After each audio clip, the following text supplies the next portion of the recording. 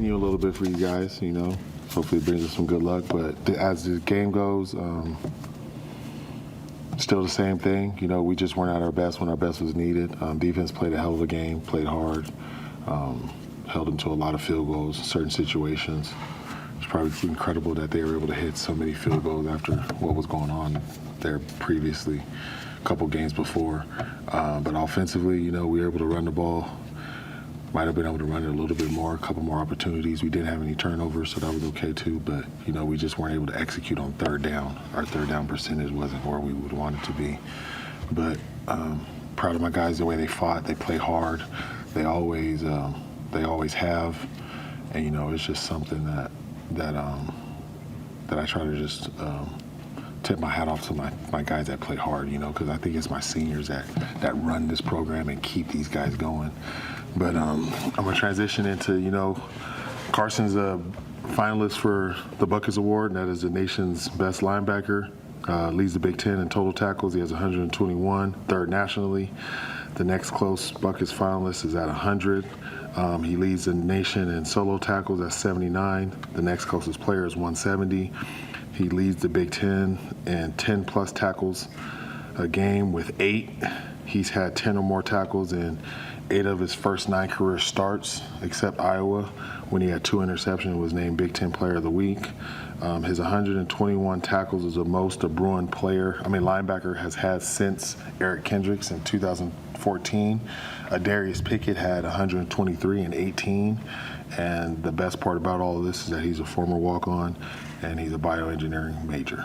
So I'll open it up to you all. So you were here when Kendricks was here. Yes. Does he remind you of him at all? It's a different style, but they still, you can just see with their leadership and, you know, their more actions speak louder than their words, you know. They get out there and they practice at a certain level and they do it daily. So that's one thing I noticed with EK. That's how I knew he was a pro. Do you think the people who vote on this the fact that he's a former walk-on, will help him, hurt him, not make a difference? What do you think? I'm not sure. Hopefully it helps him, you know. Yeah.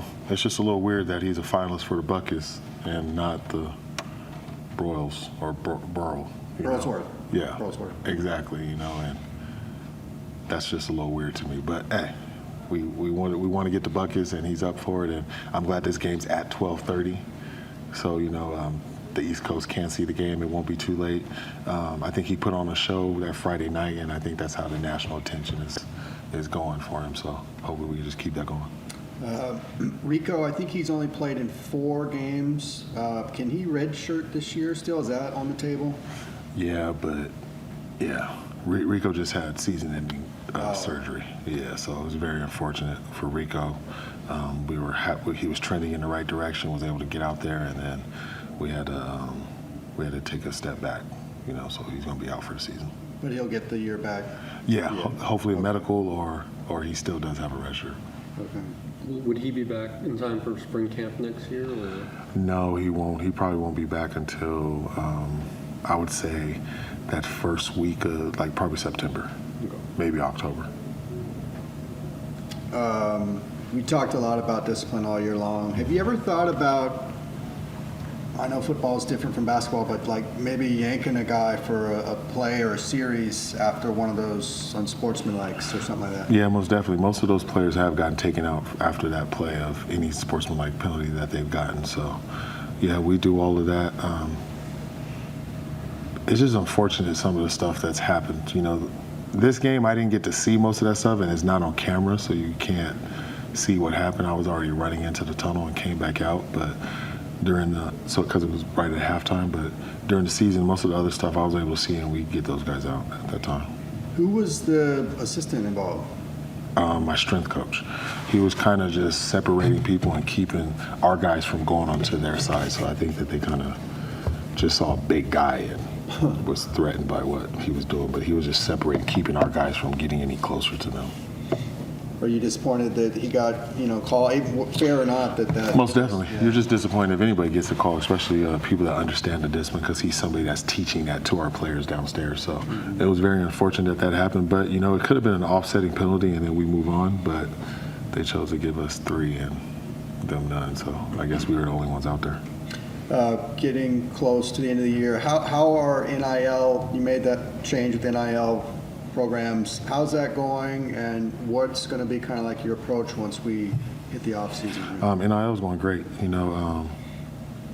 It's Bruins for Life have really took off. We have a lot of support. A lot of donors have gave back to us, so it's trending in the right direction.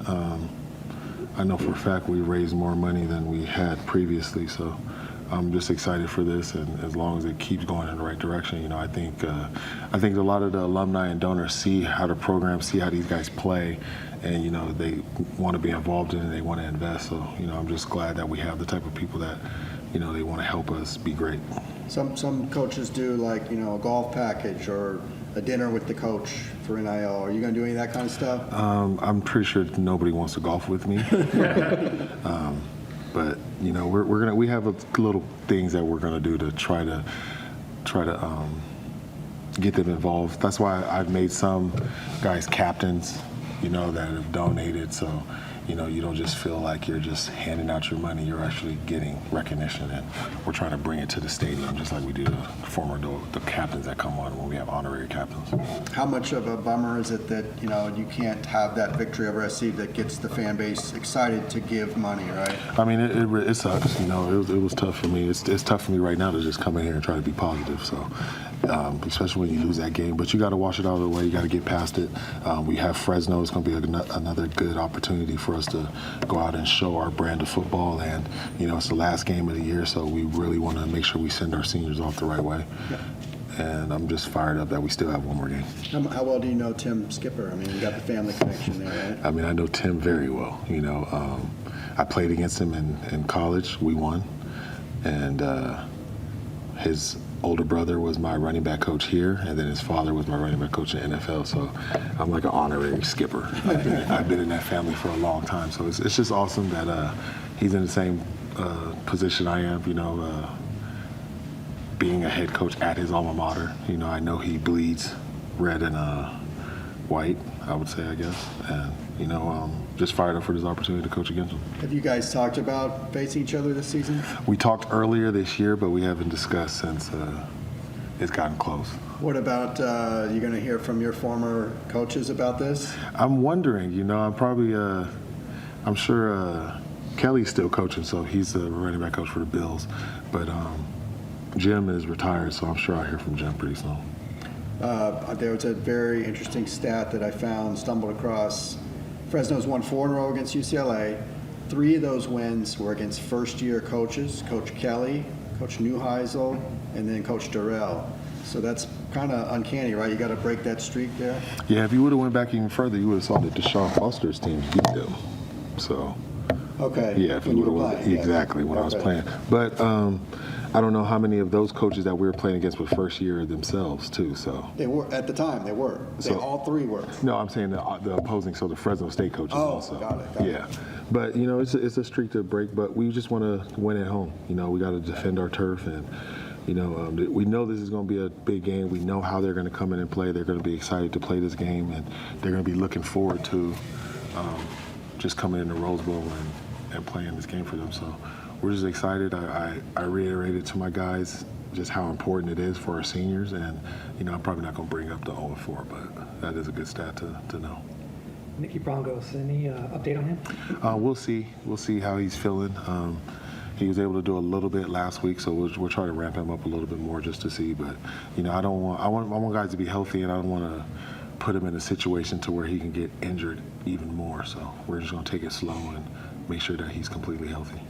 You guys can obviously say that no matter the circumstances, you really haven't had any letdown from the effort in the players, right? So I would say that, most definitely. Is that kind of, you don't want to take that for granted, but put you in a good place going into this game? Most definitely, because when it gets dark. There's a lot of dark moments. 1 in 5, that was a lot of dark moments, but that really shows your character of your team. And one thing that most of these coaches have told me after games is I commend you for how hard your team plays. It's amazing that they're still out here and still trying to play no matter what the score reflects. So, I think we're doing the right thing. We got the right guys in place, and I'm just thankful that I have the type of seniors that they're approaching it a certain way, so that's making the younger guys do the same. It's almost the end of your first season. just what can you say? What can you recap about what maybe is one of your strengths and one of your weaknesses that you've learned about yourself this year? I would say my strengths are, just being able to stay calm in certain situations. You gotta be positive, and these kids have to see somebody positive on the sideline. They have to see that somebody's completely have their back and always there for them. And I would just say me being a sore loser is probably something that's not my best attribute, but I'm a competitor, so it comes with it. The seniors and the guys who are graduating, what's your message to them? Where are their minds at this week? We got one more. Let's finish this off the right way. We want to send you guys off with a victory, and this is a good opportunity just to bounce back, and we don't want to go into the off season or them leaving with a bad taste in our mouth. So my guys are just excited that we still got one more opportunity to make this right. Coach, you said the seniors are the heart and soul of this team. Cam Adriano said it's important for him to get this win, the guys in the off season. How important is that for just the guys in the locker room and for recruiting as well? It's just huge. You just want to. It's just huge to defend your home turf, so alumni, former Bruins, just everybody can see just how the team is. And but just for recruiting purposes, people want to come to teams that are winning, so you have to be able to put a winning product out there on the field. And I think this is a good time for us to finish the season off the right way.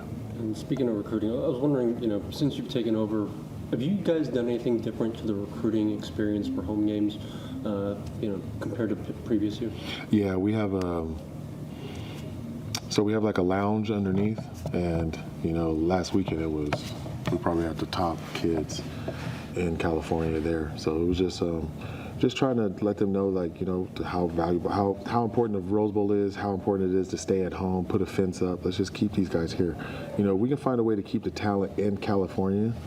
This team can take off. We have a lot of guys, key guys, leaving the state, and when they're leaving the state and playing against, got guys winning Heismans. We have guys being top draft picks and stuff like that. So we've had 4 or 5 quarterbacks that have just come from California that have been great. So you just want to keep these talent here and just do how we used to do when I was in school. Josh Carlin said last week that, same thing, like keep the talent in California type of thing. How much does it help to have the players sending that message to, in addition to yourself? Those are your best recruiters. One thing that I was asking players when I was coming out was like, how is it? Do you like this? What's going on? Because they're going to tell you the truth.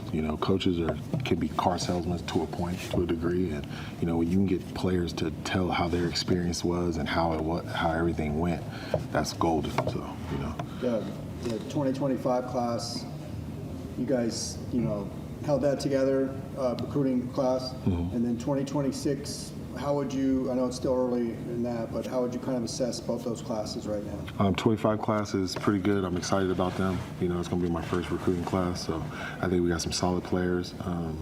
Excited for them to come in and help us out. We got a lot of them coming in the spring. And then my 26 class, that's my little baby boomers.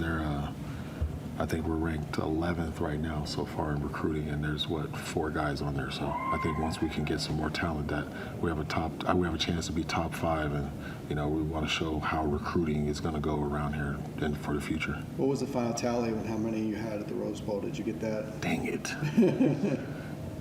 I'm gonna circle back. Okay. I'll make sure you guys get that number. I'll circle back. But it was a lot. Yeah. It was a lot of kids. Pretty much all of our 25s came to the game, except Colton because he was out of town. He was in Chicago. Most of them were here. I probably talked to at least 50. Because I meet most of the kids at the 50. They bring them by the 50. So I talked to at least 50 other kids that came. So it was a huge number of guys that came. Most of the people that we knew that were coming, they showed up. We didn't have anybody not show up.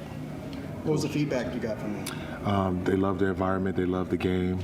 Wasn't really the outcome that some of the fans and recruits were looking for. But like you guys said, my team fights hard. They play hard. And, when they're doing that, the sky's the limit. Coach, how important is culture to you? And are you trying to mold this program similar to what Terry Donahue did in the early days of football? Culture is huge because it's it's just basically what the program is, you know. And the number one thing is we want to be a program. We want to be somewhere where you have to go and you learn their way and become a certain way when you leave here. You know, it's not just I want to come and play ball here. We want to teach you exactly how to become a man, how to be a man, and just what you can do with a UCLA degree. So I just want to make sure that all of our players truly understand what it means to sit in these seats, because I've done it, and just how successful UCLA can help you. You know, they've been helping me out for at least 20 years now, so you're a bro forever.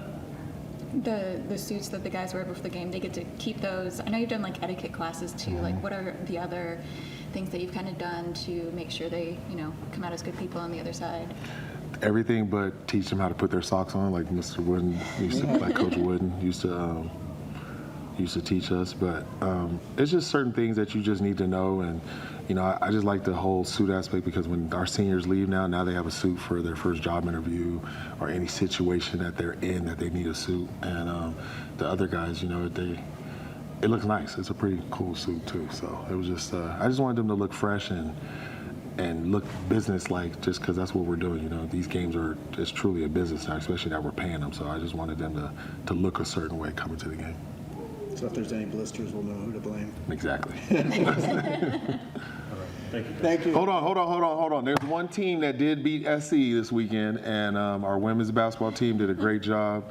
Came out, dominated the #1 team. They are also #1 now themselves. So, you know, I'm just proud of them. And, you know, Coach Close, she does a good job over there. And, you know, she's truly built a culture, and they're always in the top 10. But it was just awesome to see them come out, and the atmosphere that was in that arena. You know, I hadn't seen anything like that since Baron Davis. So it was pretty cool to just see how awesome everybody was and excited. You know, it was a whiteout, and, you know, they pretty much dominated the whole game from tip to 0. So just fired up for Corey and our basketball team.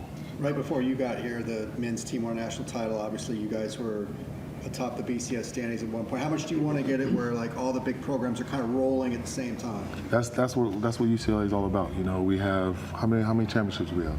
123. We have 123. So I know that's in the top 3 of college sports. You're only behind Stanford. Exactly. So I figured, you know, I just want to get us back to there. And, you know, it's been a while since we had a national champ in football. But, you know, I like this playoff system, and I'm just excited that, you know, if you do your job, you'll get an opportunity to play. So it won't just be one team going. You'll be able to get in the playoff and make some noise. So looking forward to that.